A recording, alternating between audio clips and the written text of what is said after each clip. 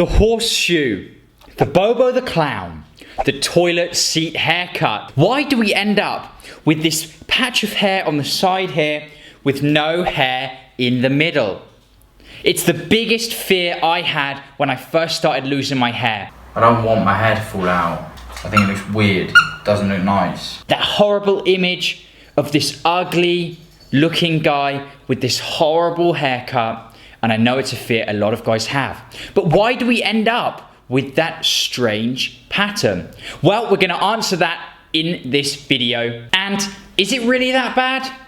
Let's find out. Now, I first started to notice that my own hair was falling out about 2 years ago. My fucking hair's falling out. And you can see, if you can look now, my hair loss has been really quite rapid. You can see this thick hair in the middle. This is after growing it for 2 weeks. And all in the middle here, look, no hair, very thin. When I feel it, especially here at the crown, the hair super thin. And so I suspect that in another possibly 2 years, we're gonna have the full horseshoe on the go.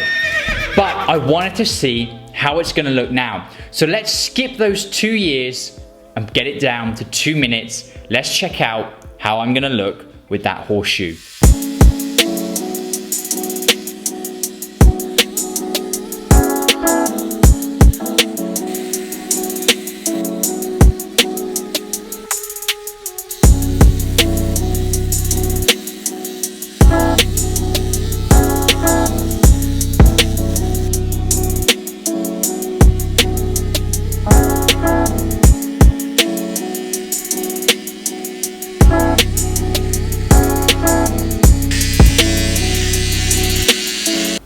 Bruh.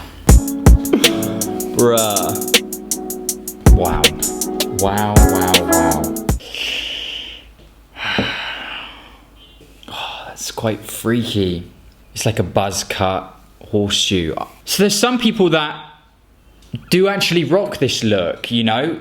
They might have it a little bit longer than this and they kind of style it. I'm trying to figure out why someone would honestly go for that look when a shaved head looks a lot cleaner in my opinion, but there you are, look.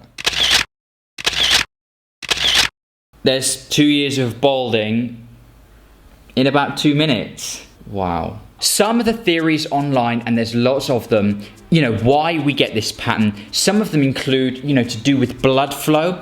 That's why we get people suggesting things like headstands and scalp massages to help that blood flow in the hair. They say the head and the scalp with a lack of blood flow, it seizes up, it calcifies, they say, so you've got to keep massaging it and do those daily 10-minute headstands. Another theory is the muscles in our face. When we move our muscles, it helps to get the blood flow to these parts of the hair, but of course at the very top here, that blood can't get there. Some other theories include the buildup of that 5-alpha reductase, the enzyme that converts the testosterone into the DHT. They say that it's concentrated in these areas and at the vertex there.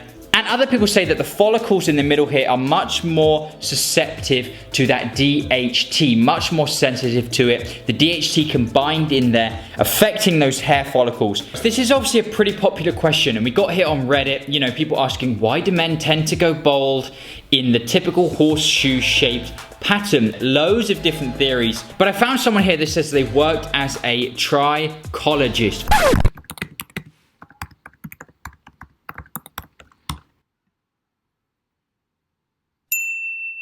For a somewhat famous clinic, and they say they've helped save many celebrity hairlines without surgery. So here is this person's answer, and it seems to make a lot of sense. They say, the answer to this is actually relatively simple, even if the process of pattern baldness is not. We shed and regrow hair regularly.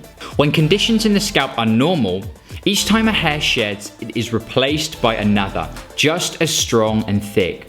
Male pattern baldness occurs when dihydrotestosterone forms in the follicle and binds with receptor sites inside the follicles. When that occurs, the follicle gets a signal to shut down gradually. Each hair that then sheds is replaced with a weaker and thinner one.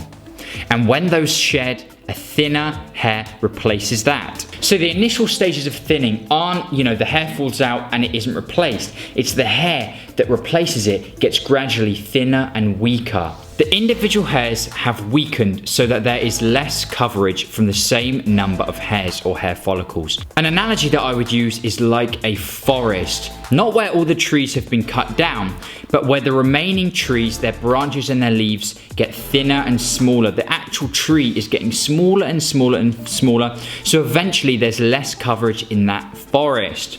Eventually the hairs become so weak and the follicle collapses. And once that happens, the hair is gone for good. And that's why you see here on my hair, right, it's thinning, thinning, thinning. But if we look at someone like my dad or someone who's been bald for many, many years, they literally have no hair at all, just a couple of little sprouts in this middle part here.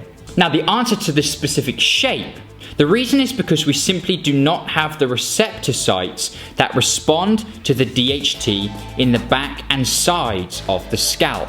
That is why the hair from those follicles is used for hair transplants. The problem and the reason why some hair transplants start to look like they didn't work is because although the transplanted follicles will not respond to the DHT and remain strong, nice thick tree trunks, the rest of the follicles of the crown and the vertex continue to thin.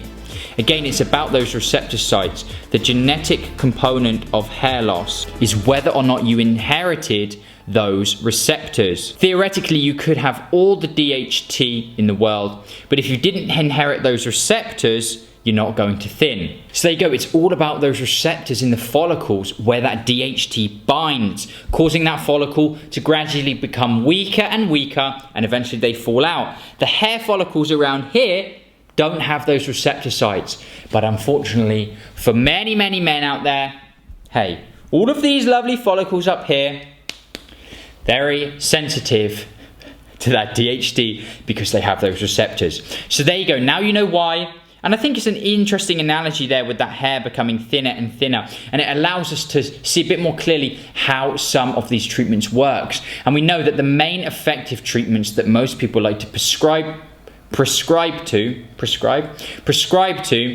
are those DHT blockers like finasteride and Propecia, okay? But hey, we've talked about those before, the side effects and whatnot. That's not the focus of this video. The focus was to show you guys about the lovely horseshoe, and there you go, that's my lovely horseshoe chopped in there. What do you think? Let me know. Now guys, for me, the shaved head is a much cleaner look, and I know it is for a lot of you guys out there. So, in my next video, I'm going to be reviewing the Remington Quick Cut, that lovely little head razor with those curved blades. Let's see if it is a great product to help us get a nice, smooth, clean head. If you want to see that video, don't forget to subscribe if you're not already. Hit that notification and you will know exactly when it's out. I'm excited to film that one. Guys, like always, I want to thank you so much for watching this video. Hope you found it fun. Hope you found it interesting. Learned something. Feel good. Feel positive. Guys, I will see you in that next video. Goodbye.